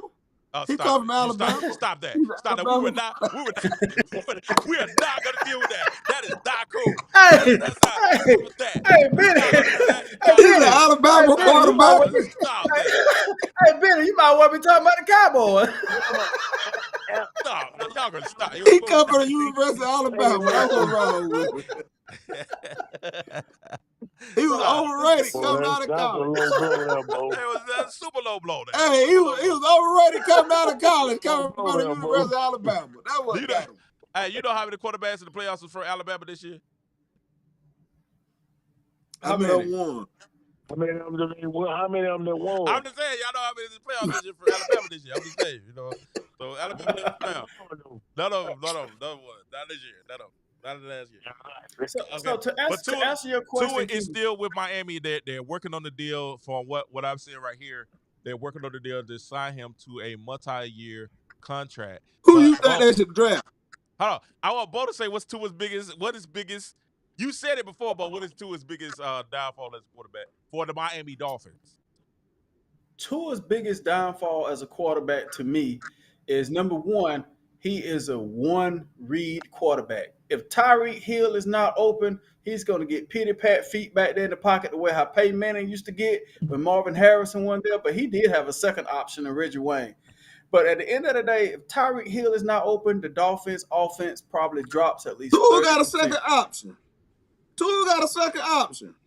He do. But for some Waddle, he has a second option, but for some reason, what are you talking about? He got a third with the running back coming out the backfield. Yeah. But for some reason, if Tyreek Hill is not open, he struggles. And it showed the game when we lost him against Tennessee. We lost that game 27-28. The other thing that I don't like about Tua is he don't live for the big moment. When it's time for him to come through in the clutch, Tua cannot deliver. And that is a problem for a quarterback looking for a huge contract. You got to be able to come through in the clutch. He's had several opportunities, and he's failed at all of them, except for week 1 against the Chargers in L.A. That's the only time he's came back and led us from a behind victory and won the game. Week 1. Okay. Now, I agree. I agree with that assessment. But it's one thing you forgot, and I think was the biggest reason that I think Miami has an issue. It's going to have an issue winning in the AFC, period. All right? And this is why I said they need to draft the quarterback that they need to draft. And the biggest issue with Tua is in his brain. And he's right. He does kind of look at one read a lot. The biggest issue is in between this and the biggest issue with not only that, but I think the biggest issue with Tua is his arm strength. And when it comes down to the end in the playoffs, you got to play in them cold weathers. You got to play in Buffalo. You got to play in Kansas City. You got to play in Baltimore. You got to be able to zip that thing. And Tua does not have the arm strength to zip it and get it out. We saw Tua out there throwing quack, quack, quack, quack, quack, quack. He was throwing ducks. I was like, them things was floating in the air. I was like, oh my God, is he alley-oops? He was throwing ducks in the play. I was like, oh my Lord, what is Tua? Where's he throwing the ball? I'm talking about, them things were floating like clouds out there. So Tua's issue is he does not have enough zip and arm strength that needs to go through the AFC. Because if you go through the AC, now you're going to have to go through Buffalo. You're going to have to go through Baltimore. You possibly going to have to go through Cincinnati. And then now you got to go through that bad man, Patty Matt, and Kansas City. And y'all saw what the degrees of the weather was there. There was 0 degrees below and everything. And Tua was like, man, my arm, I'm making the right read, but the ball is not getting there. It's not zipping there. So with that being said, the quarterback that the Miami Dolphins should draft, especially after this week's combine, is no other the Tennessee's Joe Milton. Joe Milton. What? Joe Milton should be they should draft Joe Milton as their quarterback. And that boy throwing that thing. Hey, could you imagine Joe Milton throwing them 70-yard bombs to Tyreek Hill? You talking about Dante Culpepper, Randy Moss again. That's what you're talking about. I want to say this. I know you're thinking that Miami should draft the quarterback, but Miami Dolphins will not draft the quarterback when the quarterback just led the NFL in passing yards. They're not drafting a quarterback. Tua passed over 4,600 yards. He just led the NFL. Now, I'm with you, King. He don't have a strong arm. To me, he has a spaghetti noodle arm because there's been several passes where Tyreek Hill had to stand there and wait for the ball to get to him, and he's wide open. So Tua is not that guy as far as arm strength. He's more of a mid-range, short-range passer. He's a dart thrower, but no, he's not a long haul, somebody who can throw the 18-yard out. He's not a person who can do that. But cold weather has affected him as well. But Tua Tagovailoa, once again, he really hasn't played in cold weather. Played college ball in Alabama. Went to high school in Hawaii. He's playing NFL in Miami. He hasn't really played in cold weather. But at the end of the day, you're getting paid millions of dollars. It doesn't matter what type of weather you're in. Football is football. Go do your job. I've seen where the Raiders, Los Angeles, Oakland, went to New England on the tuck gate with what's the quarterback name? Brady. Played in 5-6 inches snow. And that game, the Raiders actually should have won that game. So it doesn't matter about the temperature. What matters is how well, if you want to play, if you want to participate to be a good football player. The temperature don't matter. Football is football. You got to go play. So I think Dolphins. If that's the case, we should have broke that record, and they bought us in that Super Bowl. We should have broke that Dolphins record. Talking about the undefeated. Didn't win the Super Bowl. They didn't win the Super Bowl. New England didn't win the Super Bowl. They win the Super Bowl. You got to win the Super Bowl. Yeah, the Giants had to have them. Oh, man, they bought us out, man. So do you think New England should draft the quarterback out? God, yes. Who wants to bad. They should have drafted the quarterback yesterday. Hey, I'm gonna be honest. They should have. Hey, once again, that quarterback come from what? The University of Alabama. Listen, we are not doing slander against the University of Alabama in the show tonight. Listen, man, Alabama has put out some great quarterbacks. I'm gonna say this about Matt Jones. Good quarterback. Name him. I'm gonna say this. Jalen Hurts. What you say, Joe name it? Joe name it. That's it. Joe name it. That's what I was thinking. Joe name it. Wait. Jalen Hurts and Tua Tagovailoa are all pros. They just made Pro Bowls this year. That's it. That's all. They just all pros. Jalen just took the team to the Super Bowl last year. Took the team to the Super Bowl last year. Come on now. And what happened? Patty Mac, man. He folded. Patty Mac. He folded. Just like playing against Jordan. He played against Jordan. Hey, the what you call it? Played better this year than the Eagles did last year. No. Huh? Getting mighty quiet.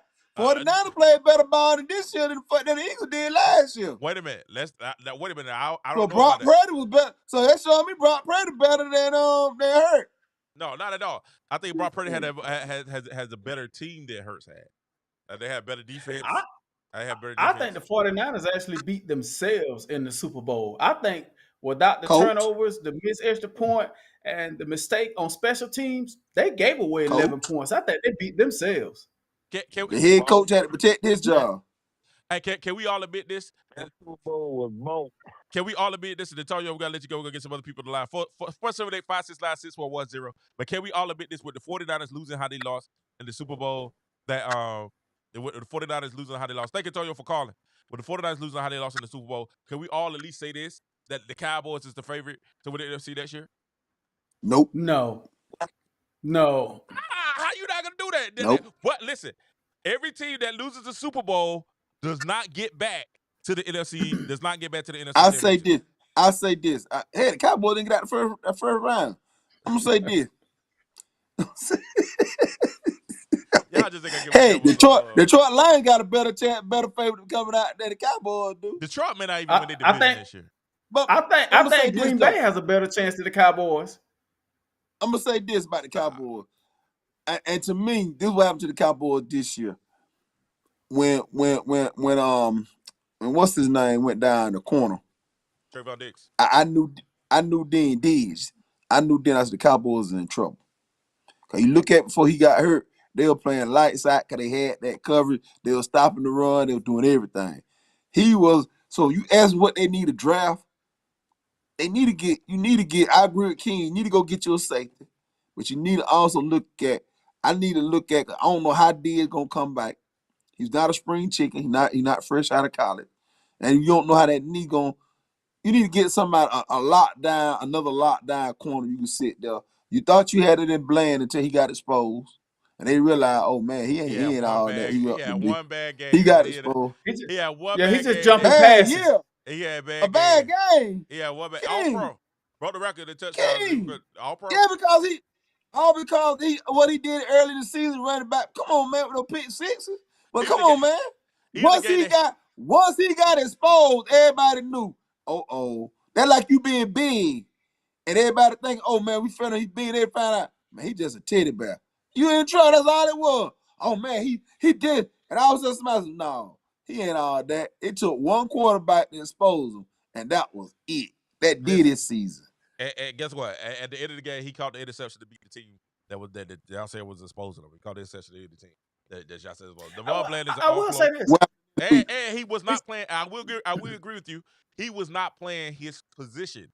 Cowboys had a lot of people out of position that would not play this position. Devon Bland is not a outside cornerback. He is a slot cornerback. He's a slot cornerback. So it's supposed to be Gibbs and Gilmore on the outside and Devon Bland playing the inside. But because what happened, he made the transfer to the outside. So that was his first year playing on the outside as an outside cornerback. So of course he's gonna have some issues. He's gonna have some problems. That looks amazing. Of course he's gonna have some issues. He's gonna have some problems. But that was his first year. So really, he was a rookie playing in that position because this is only his second year, right? He's only second year, third year player. So really, he's playing in that position. He's opportunistic. He's an opportunistic football player. He makes plays. But I'm gonna say this about the Cowboys. I'm gonna say this about the Cowboys.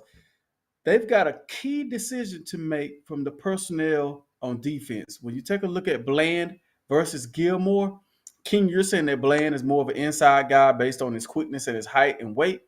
But Gilmore is getting older. He got exposed to the playoffs against Detroit. Ramon St. Brown ate him alive in the playoff game. I mean, in the regular season game that they barely won on that Saturday night football game. But let's just be open and honest about it. Gilmore is getting older day by day. If he starts for the Cowboys at corner next year, he's going to be a huge liability. Yeah. That's why I say you go draft one. You need to draft a lockdown corner. I agree with that. I'll go out of free agency and get you another one to compliment D. I'm sorry. Deron Bland's a second year cornerback, had 8 interceptions, broke the interception record for most touchdowns in the season. But you just said though he's not an outside guy. Bob said that was his first year. That's his first year playing on the outside. Okay. My thing is right here. Get it, man. Get you somebody. You need to get you somebody. Your offensive line, I disagree with you. Your offensive line is straight. Nah, they need to tackle. Heck, your last 4-5 drafts, you've been concentrating on the line, so your line's straight.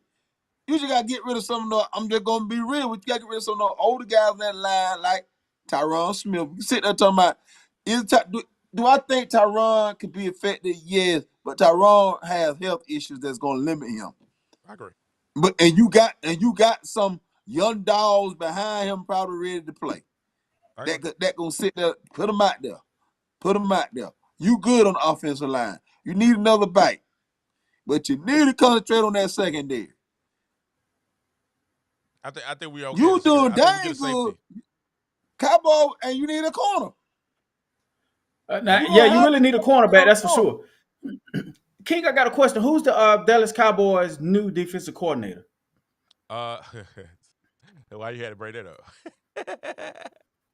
The reason why I know it is. I wish it was Steve Wilkes. I wish it was Steve Wilkes, but I want to say it's Zimmerman if I'm not mistaken. That's Mike who it Zimmerman. is. Yeah, Zimmerman. Yeah. So, and the reason why I asked that question is to piggyback off of something that Benny just said. With the Cowboys secondary got to get better, and now with Zimmerman as the defensive coordinator, maybe he could specialize with those guys because a lot of times in motion against several teams, they got lost in coverage and left people wide open. And if he could come in and fix that, that's probably going to fix about 50% of the defensive scheme on the back end from the secondary. Cause that pass rush you got awesome. But you gonna tell you why the Cowboys can't win Super Bowl, man? Why? The Jerry Jones curse.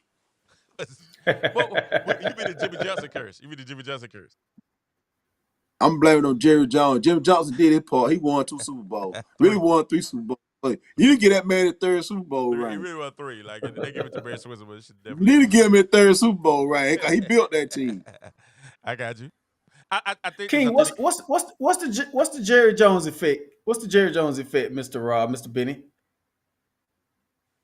When you do, just like King said, Jerry Jones' problem is when Jimmy Johnson won those, when they won those Super Bowl, last time they won a Super Bowl did that, he felt like he did not get enough credit. What owner does that? Most owners just want to write check, keep on winning. We winning. He wanted to be out there and want to get credit. Oh, he had to get credit. Oh, I did this. I done did this. His ego got in the way. So his ego has cost his team because he want a coach. Instead of hiring a coach, he want a coach that's going to buy down. Think about the coaches he done had. I mean, come on, man. And every time you turn around, he got to speak for the team. What other owner out there speaking for the team like that? Nobody but Jerry Jones. Nobody but him. Everybody else, I even get to Robert Kraft. Robert Kraft don't even do that much talking. He let Belichick, go on, Belichick, you getting paid to do this. All those years, Belichick, Tom Brady was, no matter what, Jerry Jones got to be the face of the Cowboys. Why? Why? You the owner, write the check and keep going.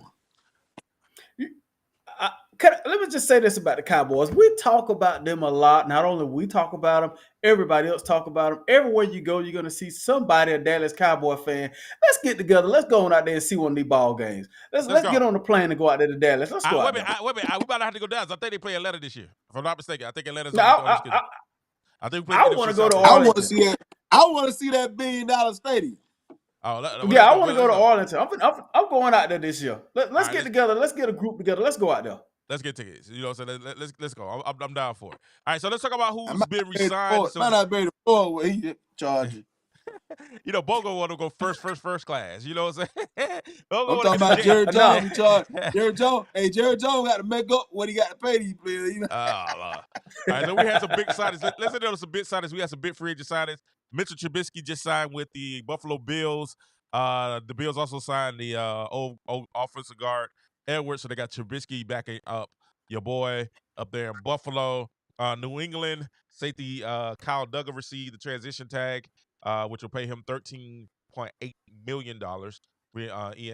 Ian Rappaport and Mike Garoppolo says Nelson Aguilar, he signed a 1-year extension with the Baltimore Ravens, which is interesting. Y'all remember they said Nelson Aguilar couldn't catch in Philadelphia? Like he couldn't catch a color. Y'all remember that? Yep.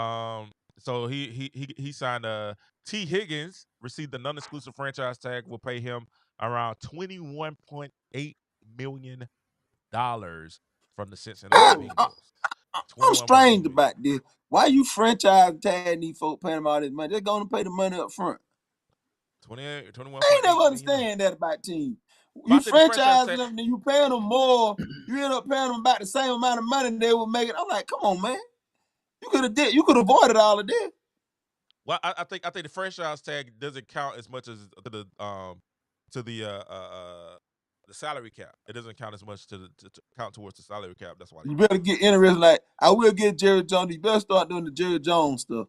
Give him these big signing bonuses and put them in some commercials and lower that thing down to where you don't count that much getting the salary cap. I'm signing for $60 million, but we'll give you $50 million up front. Dalton Schultz, he re-signed $36 million with the Texans. And then they signed their kicker for Byron, who was killing this year. He signed a 3-year, $15 million deal. Michael Pittman, he received the non-exclusive franchise tag at Indianapolis Colts, which will pay him $21.8 million. That's a nice little chunk for 1 year. $21.8 million. Michael Pittman, who had a big year though, he had a good season this year. He had a great year. Yeah, Jacksonville edge rusher Josh Allen. He received an non-exclusive franchise tag, which will pay him $24 million also this year. Hey, Josh Allen. Josh Allen is a good football player. The other Josh Allen. Right. The other Josh Allen. That's right. That's the Josh Allen that's playing for the Jacksonville Jaguars. The Jaguars. L'Jarius That's a Sneed. team to watch out. That's a team to watch out for too. Very much so. L'Jarius Sneed, Yeah. who showed his worth this year, he received the franchise tag also this year, worth $19.8 million. The cornerback for the Kansas City Chiefs, and they also signed a deal with the league minimum for their kicker, Matt Ariza. So those are the signings. Philadelphia had a signing. Apple, they signed to a 1-year extension. The tight end, linebacker Julian Aqua signed a free agent contract. And then Zach Ertz, ending everything, Zach Ertz signing a 1-year deal of the $5 million. Guess what? Who, guys? The Washington He's with the Commanders. Yeah, they talked about that today a little bit. With Ertz, he's 33 years old. He's not going to be one of those guys that come in and just lead the team from a tight end position. I think it's going to be by committee, but he's going to be more in teaching the younger guys on the techniques and also running routes. But he's going to be active out there in the field, but he's not going to be just a 100% starter every game, and he's not going to play all of the snaps. He's going to be by rotation.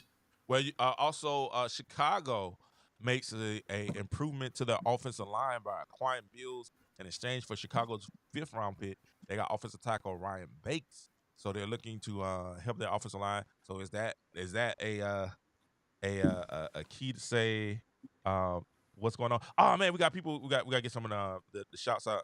Man, people have been coming on there. We're missing Chad. Chad Blue says Kurt is Matt Ryan for the Falcons.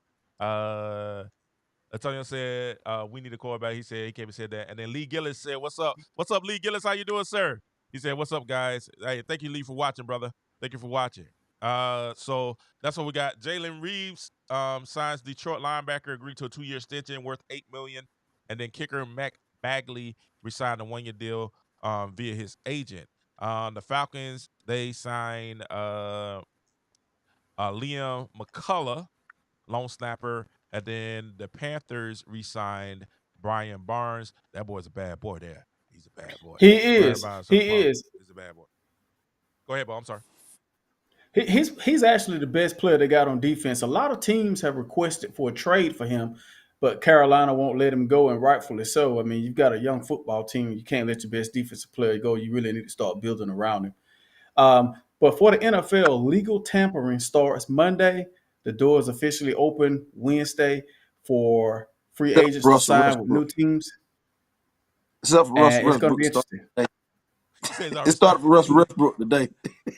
Russell Wilson today. Russell Wilson already started. Yeah, they told him he got permission. They gave him permission to talk to other teams. They would say, "Go talk to other teams. Go talk to them."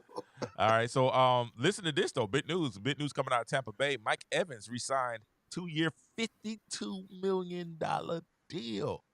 Mike Evans pay the man. He's $2 million. He's a 2 years. He's a future Hall of Famer. He's a future Hall of Famer. He's the Go ahead. $6 million Oh, go ahead, Ben. Mike Evans. Hey, King. Yes. He's a future Hall of Famer. Yes. He's the only other King. You might want to listen to this before you disagree. What? He's the only other player besides Jerry Rice to have 10 years of consecutive 1,000 yards receiving. He's a future Hall of Famer. He's the only person to do that besides Jerry Rice. You got to pay the man. He deserves it. Man, that's your best target. Yeah, Mike Williams good. This guy's fantastic. Why you think Kansas City was trying to get him? He's a beast. That is a beast. Yeah. For 2 He's years, a $26 beast. million a year. Yeah. He's a beast. Yeah, Mike Evans. Hey, Mike Evans is that dude. And you got him cheap. 26 Yeah. million. That's not cheap. 26 million is not Yeah, what his- his hey, best that player is. ever been cheap. Stop Hey, that. King, this 26 is a Hall of Famer. Hey, this is a Hall of That's Famer. cheap for him. That's cheap for him. All right. That mean they're gonna keep what you call it, quarterback. It's a, They I gonna don't know. re-sign It's him such. too. You Yeah, think they're gonna re-sign Baker Baker Mayfield. Mayfield? Yeah. It's so many talent. It's so much talent out there, wide receiver, man. I 26 million. That's a big enough. King, That's a big King, you just hit a stat the man gave. He's 10 years, 1,000 yards. God dang, King, what else you want the man to do? Hey, He's quietly, ain't nobody else done it. He's been quietly under the radar, but he's been performing. Yeah. He got 1,000 yards a year. He hurt. Now he been hurt a couple of years. You're right, and he's a Yeah. Super Bowl champion, so I understand. I'm not dissing it, but I'm just Hey, matter of fact, if he asked for $30 million a year, you got to pay him. Bill.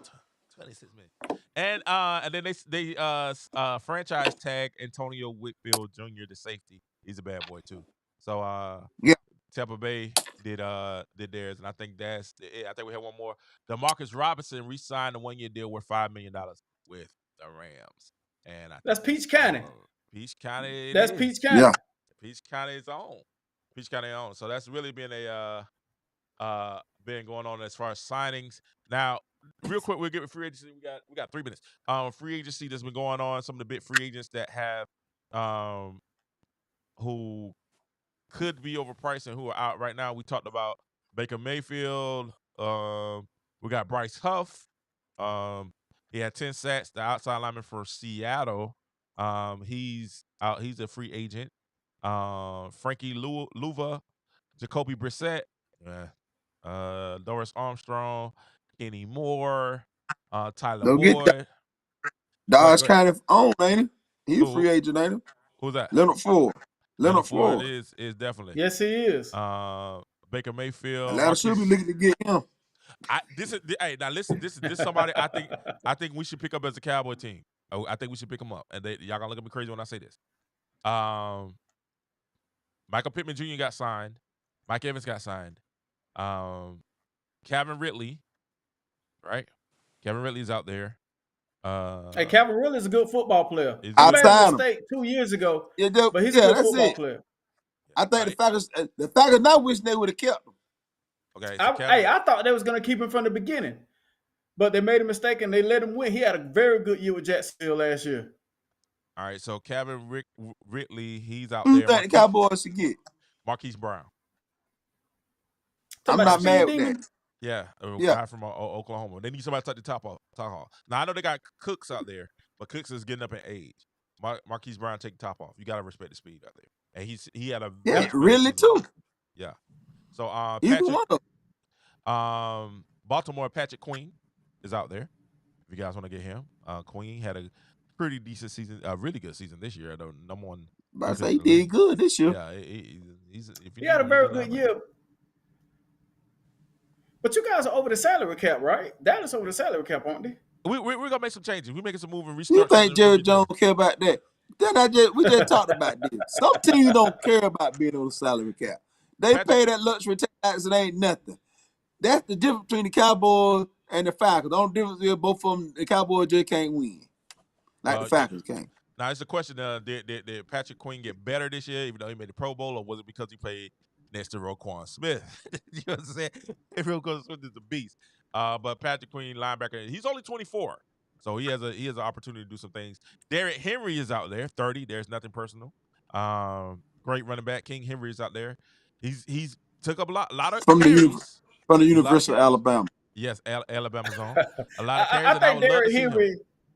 I think Derrick Henry need to be a spar back, somebody who can spell somebody, instead of carry the load again. He's getting older now. And he'll be a good compliment for Pollard, but you guys don't even want Pollard. Y'all told him to go test the free agency market. We did, because we're trying to get that money right. We're trying to get that money right. He want a lot of money. Yeah, Pollard he should get paid. He done got the big head want that Ezekiel Elliott money. Yeah, he want to get paid top dollar. We're going to release him. Yeah, I'm Pollard was good, but he wasn't like that. Gabe Davis is out there, wide receiver, 24, had a good year, speedster. He could be another pickup for the Cowboys. I think that'd be a good pickup for Atlanta Falcons too. Gabe Davis from the Buffalo Bills, former Bills. Gabe Davis. Chase Young is out there, an edge rusher, who came in and had a great year. The trade to San Francisco, he really changed San Francisco's trajectory and defense when he came from Washington over to San Francisco. So Chase Young is out there also. So those are big guns. Now, of course, you got Saquon Barkley, who hasn't. I don't think they officially made him a free agent, have they? I don't think they. Yeah, they told him. Yeah, they told him he could test it. Barkley has tested the market. Pollard, Henry, Jacobs, Eckler, all those running backs are out there in the open market. Why do you think that why do you think that teams are willing to let these running backs go the way they are? Hey, the NFL is a passing league now. and they feel like a running back is by committee. Back in the days, you had a running back. Oh no, you're not getting my job. I'm going to touch the ball 25 to 30 carries if I have to. Now, running backs don't even want the ball 30 carries no more. They want to share the load, and that has devalued them over the years, along with the NFL going into a passing league. I think also what you have with that is your life for running backs.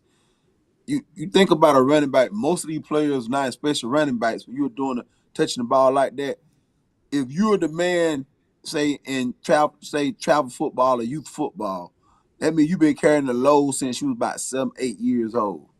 You get to college.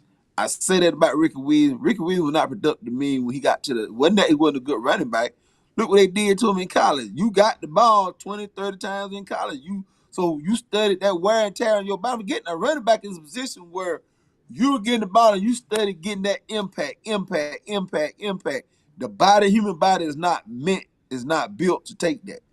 So with a running back, you got the miles on them. A lot of running backs, by the time they get to the NFL, they already got a lot of miles on them. They already had 100,000 miles because they've been doing this since they were youth football and they were the man. So you've been running, and youth football probably easy for you. Then you got the middle school, it might have been a little difficult. High school, you might have pre through up. Then you got the college. Oh, now it got a little tougher. And then you get to the pros, it's so no tough, and you run through that line. That body is not, and most teams are looking at that line. I agree with Bo. A lot of it has gone down to passing, so it's not the traditional running back. You got to be truly. You got to be a 4-down back, a 3-down back where you can sit there and catch the ball too, and be effective and speed. And one thing, guys, that I don't like about NFL running back these days, 80% of them don't like the block. What they fail to realize is that's their opportunity to make something happen. Hey, guys, I got to go real quick. Somebody's at the door. I'll check with y'all later. All right. Listen, okay. we all about to bounce out here too. It's 10 o'clock. We said we're going to get out here at 9. So, listen, we thank you guys so much for going. We got thank you both for coming on. We thank Biddy for jumping on with us also. We appreciate you guys, man, so much for everything that you guys doing. Listen, we'll holler at you guys next week. Bo, you got to have an announcement next week to make next week's show? Yes. Let me go real quick. All right, so we holler at Bo. We holler at you guys. Y'all be blessed. Thank everyone for being a part. We'll holler at you guys. Thank you, Benny. Thank you to Eddie Carswell. Thank you to each of you guys. We appreciate you guys so much. And listen, we'll be back next week. We got a special night this week. You guys come in next week and check us out this week. I appreciate it. I'm your host, King Joe. KD Joe. Listen, if we keep it straight and remain straight, and always be straight. We love you guys. Enjoy yourselves. It's King Bo Show. Have a great day. We walking in God with trust. We trust our limits in the book. We good.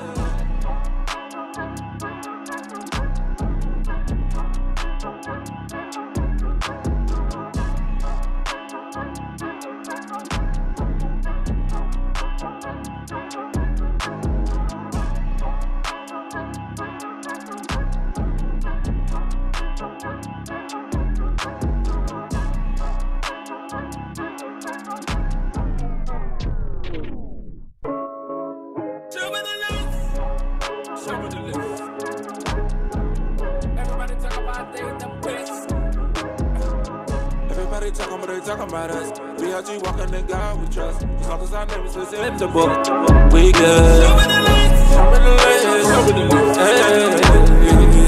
Everybody talking about they the best. We the best, yes. Everybody talking about us. We are G walking in God we trust. As long as our name is in the book, we good.